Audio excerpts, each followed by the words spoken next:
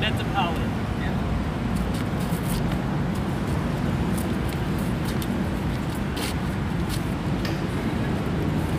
Right pronunciation. Good afternoon. My name is Chandramouli, Mettapalli. I'm a certified occupational therapy assistant and also a small agency owner. So I'm going to speak to you to bring to light some of the blunders that were committed by New York State Bureau of Early Intervention. In April, New York City jurisdiction of this program ended and New York State took over. Since then, it has been nothing but heartache for all agencies as well as therapists working in this industry. The most affected population is, of course, the children of New York State who are not getting proper intervention for the disabilities they have. With proper on-time intervention, they can overcome this disability and live a functional life in the future. The biggest legislative blunder that took place was to introduce insurance payments for the services. Agencies are not getting paid from the insurance companies. The regulations are straightforward. If the insurance company denies, the payment then comes from New York State. Unfortunately, the insurance company does not deny nor accept the payments in a timely manner. The agency needs to pay its bills and meet payroll, but it is unfair that more than 20% of the revenue is unpaid due to the insurance company not caring about acknowledging the bills. Agencies have hundreds of thousands of dollars stuck in insurance black hole. We pay their employees on a regular basis and often depleting the cash reserve as well as the credit lines. Many agencies have delayed payroll and begged their employees to keep providing these crucial services so that kids do not suffer the consequences of this irrational and nonsensical law that was put in place without thinking it through. Another issue is that the state payment from the New York State escrow account is not electronically EFT as it's called.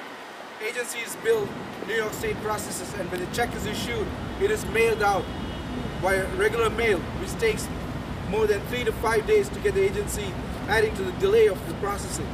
This delay puts agencies in a very, very tight spot. We have to think twice before we spend any money to expand, to buy our supplies, or any such small expenses. It's a grim situation of this program, which is one of the biggest 0 to 3 programs in the country.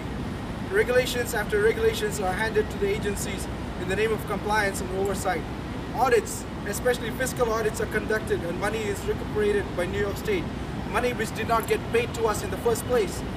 Every regulation costs the company more and more, money which limits the amount we can pay our providers, which in turn limits the services to the kids that desperately need them. Agencies are living hand to mouth. How can us businesses sustain itself if this continues? Eventually, this whole system will crumble due to the weight of these regulations. More than half these regulations do not have a logical process or productive outcome.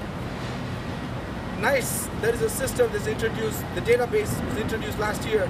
It is far from inefficient.